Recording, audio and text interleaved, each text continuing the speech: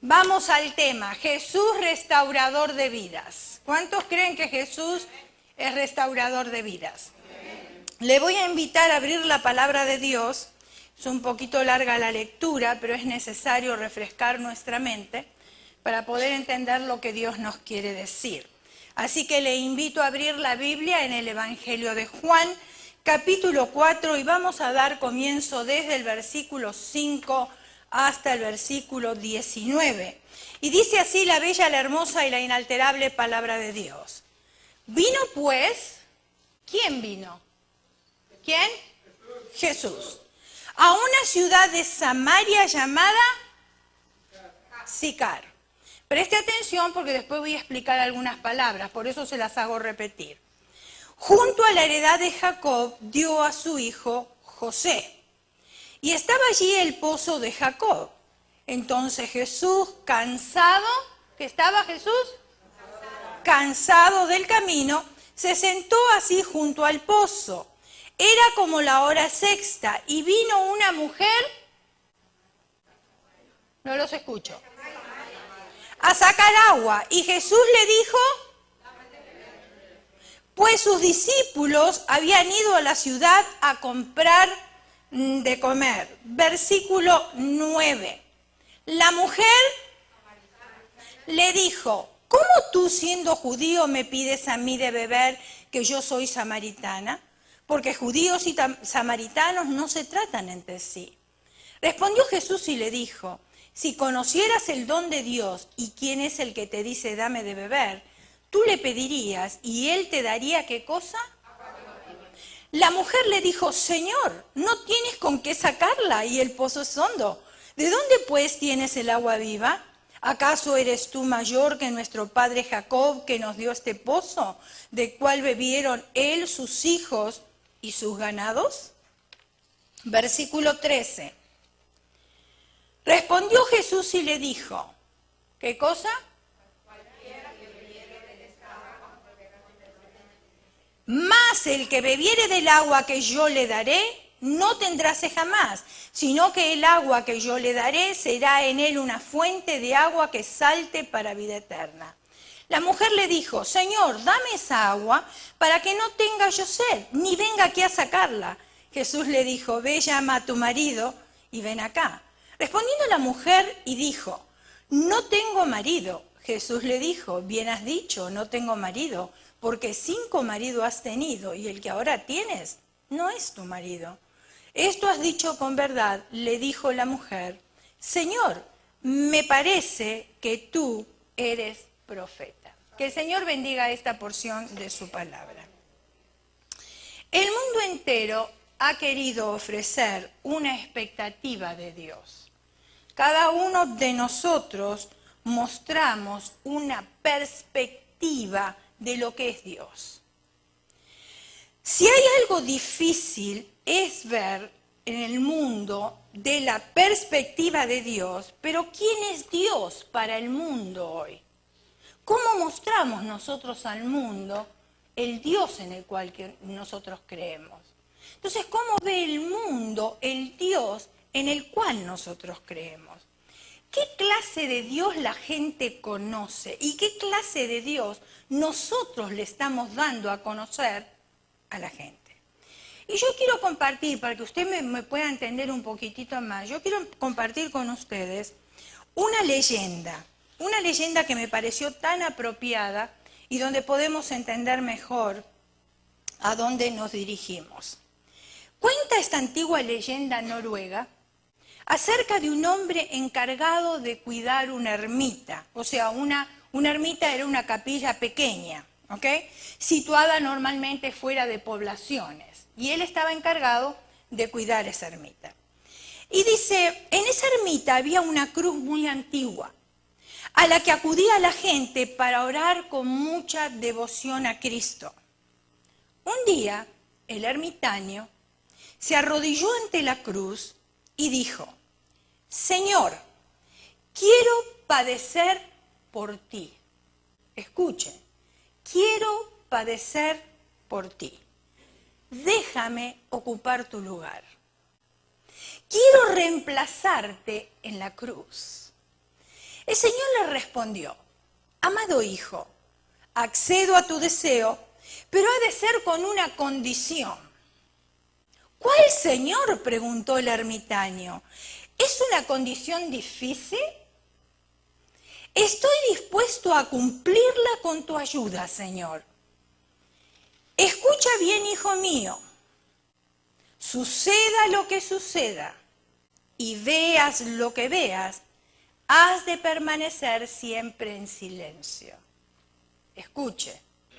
Suceda lo que suceda, grabe esas palabras en su corazón. Y veas lo que veas, has de permanecer siempre en silencio.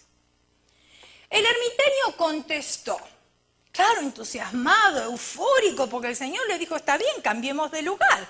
Tú te vas a la cruz, aceptas la condición. Entonces el ermitaño dijo: lo prometo, Señor. Le pareció que iba a ser algo sencillo, algo fácil. Se efectuó el cambio. El ermitaño fue a la cruz, Jesús bajó de la cruz.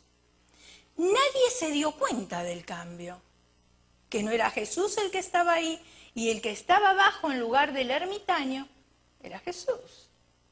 Nadie reconoció al ermitaño colgado en la cruz. El Señor ocupaba el puesto del ermitaño y este por largo tiempo cumplió el compromiso y lo prometido al Señor. Pero un día, como tantos días, llegó un rico y al irse después de haber orado, se olvidó su billetera. El ermitaño lo vio, estaba colgado de la cruz, recuerde, se suponía que no tenía que hablar.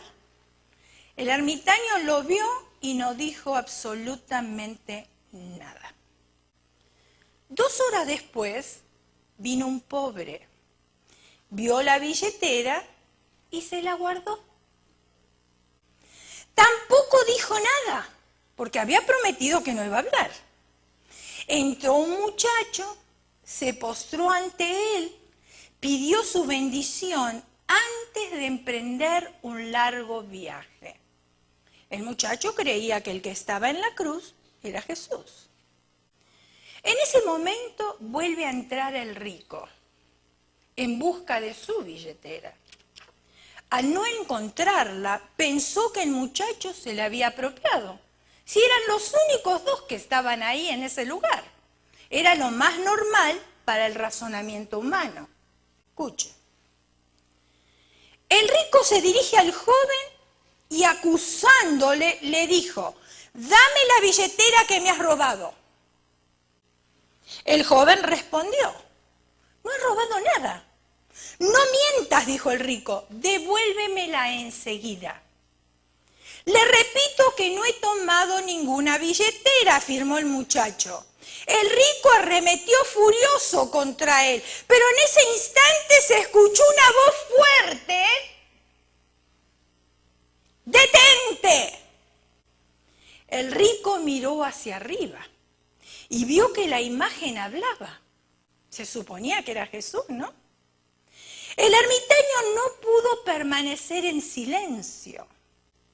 Gritó, defendió al joven, reprendió al rico por la falsa acusación. El rico se quedó anonadado y salió de la ermita. No entendía. El joven salió también porque tenía prisa para emprender su viaje. Cuando la ermita se quedó a solas, Cristo se dirige a su siervo y le dice: baja de la cruz. No sirves para ocupar mi puesto. No has sabido guardar silencio. Señor, dijo el ermitaño, ¿cómo iba a permitir esa injusticia? Cambiaron de nuevo el puesto. Jesús ocupó la cruz de nuevo y el ermitaño se quedó allí de pie. El Señor siguió hablando y le dijo al ermitaño: ¿tú no sabías que al rico le convenía perder la bolsa? Pues llevaba en ello el precio de la virginidad de una joven. El pobre, por el contrario, tenía necesidad de ese dinero e hizo muy bien en llevárselo. En cuanto al muchacho que iba a ser golpeado, sus heridas le hubieran impedido realizar el viaje, porque en ese momento acababa de hundirse el barco y él hubiese perdido la vida. Y tú no sabías nada, pero yo sí. ¿Qué clase de Dios conoce la gente? ¿Qué clase de Dios nosotros le damos a conocer? Eso fue lo que el Dios que dio a conocer este ermitaño.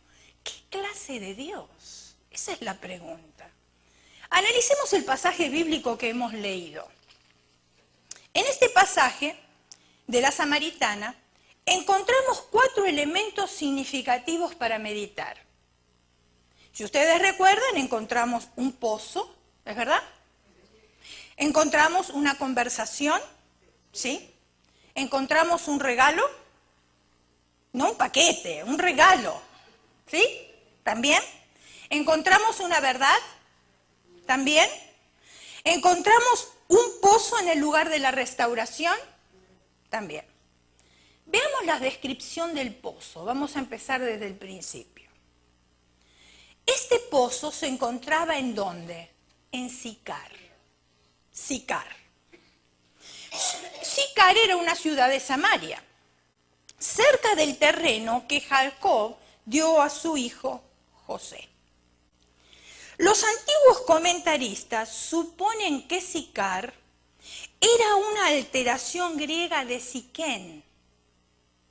Viene del original Shechem, que significa, preste atención porque tiene mucha relación esto, significa entre los hombros o lugar donde se llevan las cargas. Tremendo significado, lo voy a volver a repetir. Los antiguos comentaristas suponen que Sicar era una alteración griega de Siquem, con M al final, que viene del griego Shechem, que significa entre los hombros o lugar donde se llevan las cargas. Y usted dirá cuál es la relación, se lo voy a contar. Si usted está familiarizado con el libro de Génesis, especialmente en el capítulo 34, dando lectura del versículo 1 al 7, ahí nos relata la historia de una joven llamada Dina, ¿recuerdan? Sí. ¿Qué fue lo que le sucedió a Dina? La violaron. ¿Y cómo se llamaba el que la violó?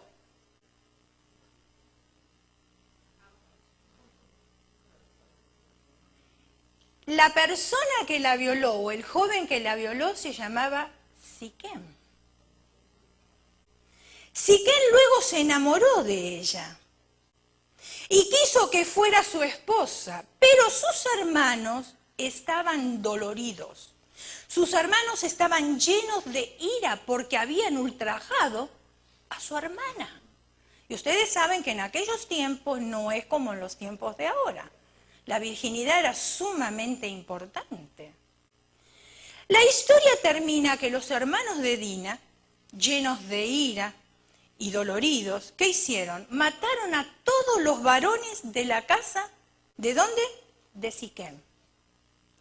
Siquem es el lugar donde el maltrato, donde el dolor del pasado, la deshonra, la vergüenza se enseñorean.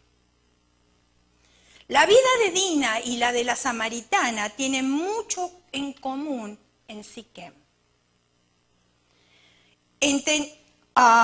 ¿Por qué? Porque tiene relación. Yo no sé si usted ubicó la relación de esto. Le conté la historia de Dina y la de la samaritana. El pozo se encontraba en una ciudad de Samaria llamada Siquem. El que violó a Dina también se llamaba Siquem. Hay una relación ahí. Y Siquem significa entre los hombros o lugar donde se llevan las cargas. Ahí se encontraba la samaritana. Hay estudios que afirman que el 70% de las mujeres que han sido abusadas no pueden rehacer su vida emocional, a causa de no poder borrar los recuerdos sucedidos. Yo he escuchado testimonios de jóvenes que han sido violadas y han quedado embarazadas y prefieren abortar y no tener la criatura. ¿Por qué? porque no pueden olvidar esos momentos tan tristes, esos momentos tan horribles. Entonces ellas piensan que al tener la criatura, al mirar esa criatura constantemente les va a traer recuerdo de esa situación tan difícil para sus vidas. O sea que quedan traumatizadas, es un trauma que viene a la vida de la mujer. Entonces, a causa de no poder borrar los recuerdos de lo sucedido, este mismo estudio comenta que de 1 de 4 mujeres sufre en silencio algún tipo de abuso en el hogar o violencia doméstica. Ese es el censo que tenemos en el día de hoy. De 8 de cada 10 mujeres de los registros de delitos sexuales corresponden a niñas, en su mayoría entre 5 y 14 años. Y lo escuchamos constantemente en los medios de comunicación. Ahora, las secuencias del maltrato y el abuso son devastadoras. Por eso, mi hermana, si usted tiene una hija, cuide a su hija. Si usted tiene un hijo, también cuídelo. Porque amar no es permitirles a ellos dejar hacer lo que ellos quieran para que se sientan bien. Amar es disciplinarlos y advertirles con tiempo cuáles son las consecuencias cuando toman decisiones totalmente equivocadas. Y después van a ser una más de la estadística. Una más que está sufriendo emocionalmente, una más que no puede olvidar las tristezas del pasado y cómo quedan marcadas y afectadas para el resto de sus vidas. Y eso trae después conflictos y problemas en el matrimonio. Dios quiere encontrarse con cada uno de nosotros en el pozo de Siquén, donde murió, y el nuevo dueño fue José. ¿Por qué estoy haciendo mención de estas dos cosas? Porque son sumamente importantes. Lo que trato yo de decir es que tiene que morir dentro de nosotros el dolor que en silencio estamos sufriendo, porque Dios quiere que nosotros tengamos vida y vida en abundancia. Y muchas veces nos callamos y estamos sufriendo. Y no podemos seguir adelante y no crecemos en las cosas del Señor. Y estamos detenidos en un proceso del cual Dios quiere bendecir nuestras vidas, nos quiere usar y quiere que sigamos adelante, pero estamos estancados porque hay un dolor que está guardado. Y Dios quiere confrontar ese dolor para sanarlo. Analizamos el pozo, de dónde venía el pozo, cómo se llamaba el pozo, etcétera, etcétera. Y vamos a analizar ahora la conversación y el acercamiento a la restauración. Este era el pozo de Jacob. Juan capítulo 4, versículos 6 y 7, dice de esta manera: allí estaba el pozo de Jacob y Jesús, ¿qué dice? Cansado por la larga caminata, se sentó junto al pozo cerca del mediodía. Y poco después llegó una mujer a sacar agua y Jesús le dijo: dame de beber.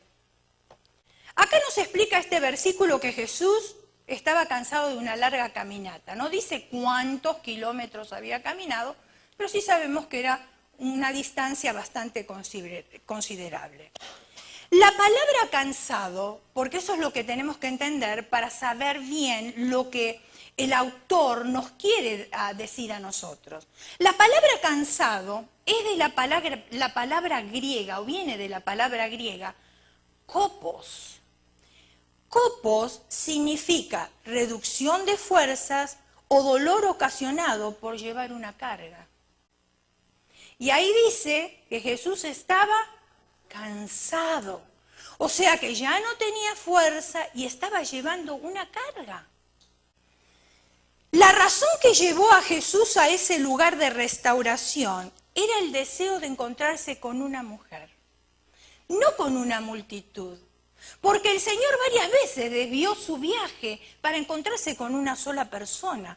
Lo hizo con el endemoniado gadareno. Él desvió su viaje y se fue ¿a dónde? A Gadara, porque ahí había una persona con necesidad. O sea que nosotros tenemos un Dios que es de multitudes, pero también tenemos un Dios que es personal. Y que Él ve nuestra necesidad y Él acude a nosotros. ¿Para qué? Para ayudarnos a aliviar esa necesidad y para que nosotros seamos libres y podamos ser efectivos en esta vida. Cuando Jesús se encuentra ya con esta mujer que tenía el deseo, ella estaba llena de insoportables cargas y quería quitárselas. El momento había llegado para ella. Por lo general, en aquella época, o en aquellos tiempos, las mujeres tenían la costumbre de sacar agua del pozo. No eran los hombres, eran las mujeres. ¿Y cuándo lo hacían? Lo hacían a temprana hora de la mañana o avanzadas horas de la tarde, y lo hacían en grupos por seguridad. Hoy en día escuchamos en los medios de comunicación que si usted está haciendo ejercicio en un parque, nunca vaya sola. Siempre vaya con un teléfono a su alcance y por supuesto que tenga batería, porque si no, no le va a servir. Y que vaya con otras personas también, porque por ahí andan personas que son malintencionadas. Okay. Por razones de seguridad, en aquella época, las mujeres también iban a buscar agua, iban en grupos. Pero el caso de esta mujer fue diferente, porque ella no fue en grupo, ella fue sola. Ahora hay algunas cosas acá que no están muy bien, que no están entendibles de acuerdo a la época. Y yo les voy a explicar cuáles son. Primero, se suponía que los judíos y los samaritanos no tenían comunión. No se trataban entre sí. Segundo, a los hombres no se les permitía ver cara a cara con las mujeres que si los maridos no estuvieran presentes. Si hoy fuera así, ¿cuántos adulterios no se cometerían, verdad? Fíjense, y ellos siguen todavía con esas culturas, ¿eh? Porque cuando nosotros fuimos a Jerusalén, una de las cosas que me llamó la atención a mí, que los hombres, especialmente, digamos, en el hotel o en el taxi, lo primero que hacen acá es ser amable y saludarles y hablar, y si muchas veces hasta le tienden la mano para saludarla. Allá en el hotel no saludaban a las mujeres, y a mí me llamó mucho la atención porque no lo hacían. Conservan todavía la costumbre de aquel tiempo. No saludan a las mujeres porque puede ser que la mujer esté en su costumbre mensual y es considerada inmunda. Entonces, por tal razón, ellos no le extienden la mano. No es porque ellos no sean amables, no es porque ellos no saben cómo hacerlo, sino que es parte de su cultura. Escuche bien, porque cada cultura reaccionamos de una manera diferente. Y a veces yo no puedo entender la cultura de ustedes y ustedes tampoco pueden entender la mía. Pero si vamos a la cultura nos damos cuenta por qué ciertas personas actúan de cierto modo, porque es cultural. Es cultural, no porque quieran hacerle daño a nadie, no por cualquier cosa que usted pueda pensar, sino que es cultural y estamos acostumbrados a hacerlo así y continuamos haciéndolo así. Quizás lo que para usted es malo, para mí no sea tan malo, o viceversa. ¿Por qué? Porque es cultural, otra vez. Entonces, cuando vinimos aquí, usted vino con la cultura de su país, ¿verdad? Cuando vino aquí, ¿usted no chocó con esta cultura? Claro que chocamos. Primeramente, ayer estábamos hablando con un joven, y un joven italiano. Ayer fue el día de Italia, me parece, porque nos encontramos con personas italianas. Un joven italiano. Y le pregunté, ¿cuánto hace que estás aquí? Y dice, 3 años. Oh, ¿y te gusta? Y la verdad que no. No me gusta, dice, porque las costumbres que nosotros tenemos en Italia son diferentes. Claro, las costumbres que tenemos en Italia son iguales que las hispanas. Familia, comidas, sobremesas, todas esas cosas. Trasnoche. Acá no encontramos nada de eso y chocamos con esta cultura. ¿O no? Sí. Ahora, en casa continuamos con nuestra cultura, ¿por qué? Porque seguimos hablando español, porque comemos lo que comíamos en nuestros países, etcétera, etcétera. Pero cuando estamos en la calle o cuando estamos en el trabajo, nos tenemos que adaptar a la cultura de este país. Y poco a poco nos vamos nosotros afirmando en la cultura de este país. Entonces es importante por qué se hacían ciertas cosas en los tiempos bíblicos, porque era muy cultural hacerlo. Muy bien, entonces, los hombres no hablaban con las mujeres y no las podían mirar cara a cara si los maridos no estaban presentes. Tercero, los rabinos no tenían nada que hablar con mujeres como esta porque se consideraba que era una pecadora. Entonces, ¿qué hacía un rabino hablando con una mujer de esa clase? Pero Jesús estaba dispuesto a hacer una excepción a las reglas. ¿Pero por qué? Porque Él es el Señor de las reglas. Y porque Él tenía un interés mucho más grande todavía, que era la restauración de esta mujer, la restauración de un alma. La gente que es maltratada, abusada, muchas veces se aísla y busca refugio en la sociedad. ¿Cómo hacerlo? Otras personas se aferran a relaciones posesivas, buscando a través de ellas llenar vacíos. Hay personas que se aíslan cuando tienen problemas, no hablan con nadie, no quieren ver a nadie, no quieren estar en un grupo de gente, prefieren estar solos, meditando, pensando, pero en su lugar, en sí mismos encerrados.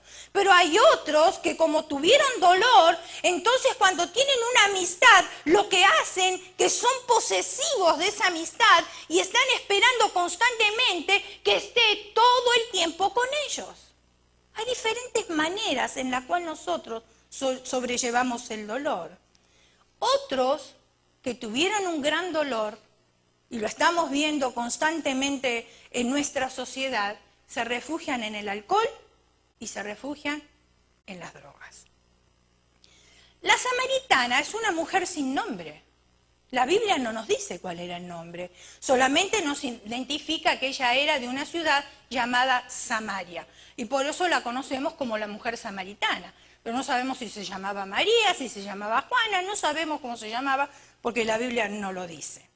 Entonces, ¿qué sucede? Al tener el encuentro con Jesús, esta mujer se sorprende. ¿Saben por qué? Primero porque era judío, segundo porque era hombre, tercero porque era rabino y ahora cuarto le pide agua. ¡Wow! ¡Qué excepción a la regla!, ¿no es cierto? Entonces ella se sorprende y Jesús le pide el agua. El inconveniente, hermanos, no era el agua, sino el recipiente que contenía el agua. Ahí está la cosa. Ella jamás se hubiese imaginado compartiendo el mismo cántaro con un judío, porque ellos no se relacionaban entre sí. Sin embargo, Jesús en su amor ágape, en su amor a pesar de que era judío, a pesar que era pecadora, a pesar de que no entendía lo que le estaba diciendo, Jesús la ama a tal punto que la quiere restaurar. Por eso muchas veces yo he escuchado, Dios a mí no me puede perdonar porque los pecados que yo tengo son tan grandes que Dios no me los puede perdonar. Mentira del diablo. El diablo quiere que te quedes sin confesar y arrepentirte de tus pecados porque el Señor puede perdonar cualquier pecado. No importa si es así o si es así, no interesa. Él tiene la capacidad y la autoridad para perdonar cualquier pecado cuando nosotros acudimos a Él. Tercer regalo, tercera cosa. Jesús ofrece, dije, el amor ágape a esta mujer. Pero Jesús le ofrece un regalo en medio de la restauración. Jesús le contesta de esta manera: si tan solo supieras el regalo que Dios tiene para ti y con quién estás hablando, tú me pedirías a mí y yo te daría agua. Yo te daría agua. La palabra supieras en la palabra griega significa optonomai. Tengo que tener cuidado con esta palabra porque si la pronuncio mal estoy diciendo otra cosa, ¿verdad? Ok, un regalo en medio de la restauración pero la palabra significa optonomai. ¿Qué significa eso? Porque esto es de suma importancia. Significa ver algo extraordinario con los ojos bien abiertos. Algo extraordinario con los ojos bien abiertos. Lo que quiso decirle Jesús, si tan solo abrieres bien tus ojos para ver el extraordinario regalo que Dios tiene para ti.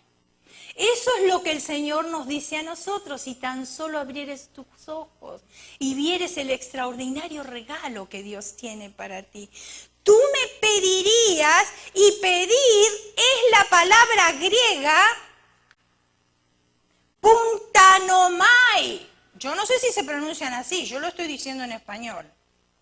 Que significa solicitar algo con extrema necesidad. Mire qué importancia y cómo nos revela ahora el autor del libro lo que Jesús le estaba diciendo a esta mujer. O sea, no como cuando se pide un favor, no tampoco con pretensiones, con una demanda, sino como algo que se necesita con extrema necesidad. Es muy diferente cuando yo pido algo como un favor, si me lo haces bien y si no me lo haces también. O cuando yo demando, debes de hacerme este favor. Es muy diferente a clamar algo con mucha necesidad. Y si vieras con tus ojos bien abiertos, le dice el Señor, el extraordinario regalo que tengo para ti, yo extendería mi mano a ti para darte un poco, no un vaso, no un cántaro, sino una lluvia permanente que no te dejará volver a tenerse jamás. Eso estaba diciéndole el Señor. Ella le estaba queriendo decir, mi perturbación, mi opresión, mi situación es demasiada para ser sanada por ti. A lo que Jesús le contesta, si sigues queriendo saciar tu sed con esta agua que el mundo te da, volverás a tener sed siempre. Una y otra vez, pero los que beban del agua que yo doy serán saciados no solamente una, ni dos, ni tres, sino permanentemente hasta la eternidad. Quizás alguien esté pensando lo mismo que esta mujer. Tu situación, que estás perturbado, que es demasiado profundo, que es demasiado complejo para Dios, que hay un dolor profundo, que no fue sanado y no está siendo sanado. Quizás piensas en una pérdida que has tenido. Puede ser la pérdida de un cónyuge, puede ser la pérdida de un hijo, puede ser la pérdida bancaria, puede ser la economía, puede ser la pérdida de una casa. Pueden ser muchas pérdidas que se encuentran a nuestro alrededor. O un dolor profundo, que es demasiado profundo para ser sanado. Eso es lo que nosotros creemos. Pero cuando recibas de mi mano, dice Jesús, el agua que yo te doy, es suficiente para sanar y restaurar cualquier dolor, por profundo que sea. Hay algo más, y esto es un secreto, para ser restaurado. Hay un regalo que Dios nos quiere dar. El regalo se llama favor inmerecido. Yo no merecía el favor y el perdón de Dios, pero a Dios le plació hacerme ese regalo. Perdonar mis pecados. No lo merezco, pero el Señor me lo da. Y está bien, y yo lo acepto. Pero también hay algo que es sumamente importante y que para alcanzar una restauración se necesita la verdad. La verdad. Por favor, Señor, le dijo aquella mujer, dame de esa agua porque así yo nunca más volveré a tener sed. Y no tendré que venir aquí para sacarla. Todavía no había entendido. El Señor le dijo, del agua que yo te daré no volverás a tener sed jamás. No vas a tener que venir al pozo a sacarla. El agua que el mundo te da, siempre vas a tener sed. El Señor se lo repite, se lo vuelve a decir y parece que todavía no lo había entendido. Y sigue insistente, insistente. Que el agua, que el agua, que el agua. Entonces Jesús, miren lo que le dice. Ahí está, porque Jesús la confronta y le dice, ve y trae a tu esposo. ¿Qué petición la de Jesús? ¿Pero por qué le dijo, ven y trae a tu esposo, si ella nunca le dijo que le iba a presentar al esposo? ¿En algún momento le dijo, te presento a mi esposo? No, todo lo contrario. Sin embargo, Jesús la tenía que confrontar con la verdad para que ella realmente tuviera una restauración. Ahora, ante la autoridad del maestro, aquella mujer tuvo que decir la verdad. Y dijo esto. No tengo esposo. Escuche. He tenido 5 esposos. ¿Habrá sido mata hombres o mata maridos? La Biblia no dice si era viuda, si era divorciada. Dice que tuvo 5 esposos. No sé. Pero ¿por qué habrá tenido 5 esposos? Es lo primero que me vino a la mente. ¿Será que esta mujer mataba a los maridos? No entiendo. Ok. Y para colmo de males, el que tenía ahora no era su marido, el 6º, ¿qué tal? ¿Cuántos hombres quieren casarse con una mujer de Samaria? Y quiere ser el 7º, el próximo.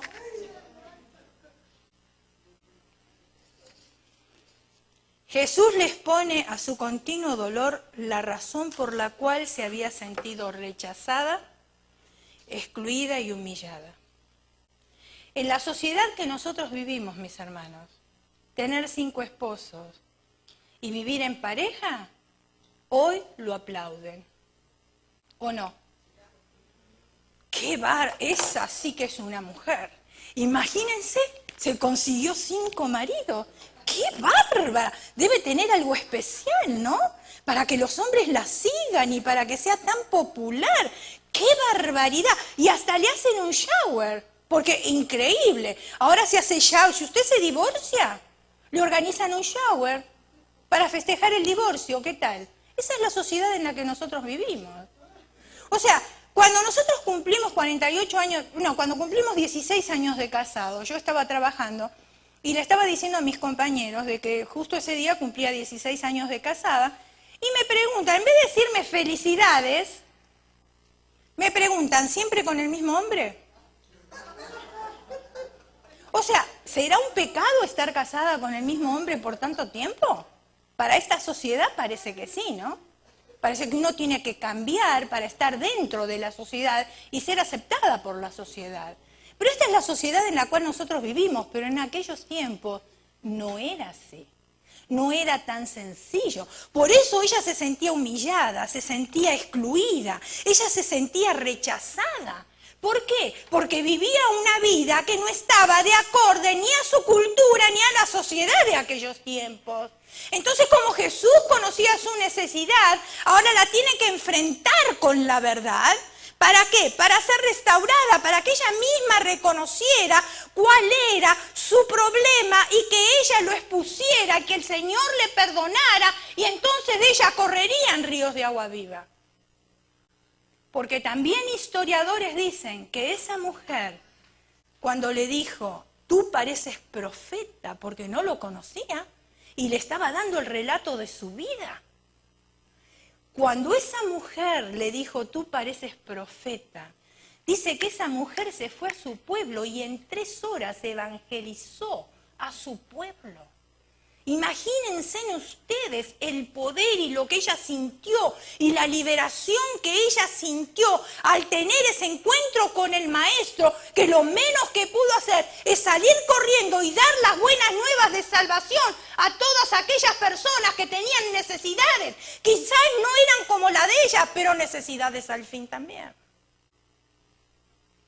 Todos tenemos necesidades. Yo creo que dije una vez, cuando nosotros nos convertimos al Señor, no nos convertimos al Señor porque mi esposo bebía o mi esposo tomaba o era jugador o tenía vicios, nada de eso. Yo tampoco, entonces nos considerábamos un matrimonio normal. Y cuando se considera un matrimonio normal, es muy raro que busque de Dios. ¿Por qué? Porque cree que no lo necesita. porque todas las cosas son normales, ¿no es cierto? Pero Dios sabe cómo tiene que alcanzar a las personas. Él tiene un método diferente para cada uno. Él nos alcanzó a nosotros en una iglesia evangélica, que no habíamos ido para escuchar la palabra, habíamos ido por interés personal, aprender inglés. Y era el único lugar que podíamos ir porque teníamos 2 niños, uno de 5 y otro de 6, y a la escuela no lo podíamos llevar. A la iglesia sí lo podíamos llevar. Entonces, como teníamos nuestro propio beneficio, yo todavía le digo al pastor, mira, en una iglesia evangélica están enseñando inglés. ¿Sabés lo cargoso que es esa gente? Porque no te deja nunca de predicar, pero todo sea por el inglés. Esa fui yo. Fuimos, porque podía llevar a los niños, porque podíamos aprender inglés, etcétera, etcétera. Entonces, el pastor que estaba ahí, un pastor americano con su esposa, él había tenido su iglesia en Chile por 20 años, después por diferentes razones que su esposa estaba delicada de salud y ellos tenían su seguro aquí, que eran americanos, tuvieron que volver. Entonces ellos sintieron que tenían que empezar un grupo en español y enseñar inglés para poder llamar a las personas. Ahora, Dios tenía un propósito para nosotros. Porque el inglés nunca lo aprendimos, ni lo conocemos tampoco. Pero tenía otro propósito, no era el inglés para nuestras vidas. El propósito era conocerle a Él como Señor y Salvador. ¿No, ¿le dio trabajo al pastor? Claro, porque el pastor nos decía, no mi esposo, el otro pastor, decía, la gente siempre pregunta por qué los niños mueren. Y mi esposo le decía, ¿y por qué mueren los niños? ¿Usted me lo puede explicar? Después decían, ¿y cuánto es un pie? Y depende de lo que calce.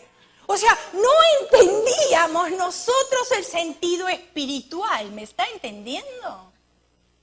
Poco a poco el amor de ese pastor nos fue cautivando. Dios puso a la persona correcta para evangelizarnos a nosotros, como el Señor puso a la persona correcta para evangelizarle a usted. Esa era la persona que nosotros necesitábamos. Nos cautivó tanto con su amor que empezamos nosotros a prestar atención. Prestamos tanta atención con Él que Él siempre oraba por nosotros y después yo no quería ir porque me daba vergüenza, porque parece que los únicos que estaban ahí en ese grupo éramos nosotros 2. A tal punto, hermanos, que nosotros llegamos a comprar la casa que Él vendió, porque Él se fue a otro estado. Y Él oró y oró y oró para que nosotros pudiéramos comprar su casa, porque hacía 1 año que estábamos en este país y no teníamos crédito. Pero sus oraciones fueron escuchadas delante del trono de la gracia, compramos su casa, nos regaló la secadora, la lavadora, pintura, yo no sé cuántas cosas ese pastor no nos dejó. Y de esa manera nos fue cautivando y nos empezamos a interesar. Él nos bautizó. Aceptamos a Cristo, nos bautizó. ¿Pero por qué estoy diciendo esto? Porque por mucho tiempo a mí me costó mucho dar testimonio de mi salvación. Porque yo pensaba que era una persona que a quién iba a impactar con mi testimonio. Porque yo escuchaba los testimonios de los hermanos, que este agarró un revólver y mató al otro, y que el otro le clavó un cuchillo al teléfono pensando que era la esposa. Y yo digo, Dios mío, yo no tengo nada de eso, ¿qué me voy a parar a decir? O sea, voy a ser ridícula pararme ahí y decir algo de mi testimonio. El Señor Jesús me dijo a mí bien claro un día, Elena, yo di todo mi cuerpo en la cruz del Calvario por esas personas que agarraron un revólver, por esas personas que le clavaron un cuchillo al teléfono. Pero de la misma manera yo di todo mi cuerpo por ti y tú crees que no tienes testimonio. Y sí tienes testimonio, porque cuando te enfrentas a la palabra de Dios, te das cuenta que hay cosas que tienen que cambiar. O sea, todos tenemos necesidades, todos necesitamos arrepentimiento, todos necesitamos que el Jesús llegue a nuestras vidas y nos enfrente con la verdad. Porque cuando nos exponemos al manual de instrucciones, hermano, nos damos cuenta de que todos somos orgullosos, ¿o no? Y tengo que pedir perdón a Dios por eso. Todos somos mentirosos. egoístas. Quizás no tenemos testimonios dramáticos como otras personas de ir a la cárcel por haber asesinado a alguien, pero de todas maneras al enfrentarnos al manual de instrucciones y mirarnos al espejo de Dios, nos damos cuenta que todo ser humano tiene necesidad. Y Dios me hizo entender muy claro. Y desde ahí yo le pedí perdón al Señor. Perdóname, Señor, porque yo muchas veces podía haber dado testimonio, porque hay muchas personas como yo que quizás no tengan testimonios extraordinarios como yo creo que deberían tener, pero sin embargo son personas que tienen necesidad como la tenía yo también y como la sigo teniendo. Para ser restaurado y recibir el agua de vida se necesita reconocer el estado en el cual nosotros estamos. Cuando llegamos al Señor con nuestras manos extendidas, solicitando con extrema necesidad su intervención en nuestras vidas y colocamos la verdad delante de Él, porque eso es, colocar la verdad delante de Él, Él empieza a derramar su bálsamo sanador. Dios ha venido hoy para intervenir en nuestras vidas, en la tuya y en la mía también. Y nos dice, yo sé cómo te sientes. Yo conozco tu dolor, porque tu dolor está delante de mí. Yo veo lo que tú sufres, yo veo cuánto tú lloras. ¿Por qué quieres seguir con esa carga? ¿Por qué quieres seguir con ese dolor? ¿Por qué no acudes a mí? Ven a mí, porque yo tengo ese bálsamo restaurador. Y yo no te voy a condenar, todo lo contrario. Yo voy a entenderte y con ese bálsamo yo voy a darte un refrigerio. Y voy a restaurar tu vida para que tú puedas beber de esa agua que nunca más vas a tener sed. ¿Por qué estás bebiendo el agua del mundo que lo único que te trae son sinsabores y amargura? Ven a Jesús, porque entonces Jesús derramará de esa agua que es un fluir que viene dentro de nosotros como Él lo prometió. Cierra tus ojos, inclina tu rostro y vamos a orar. Señor,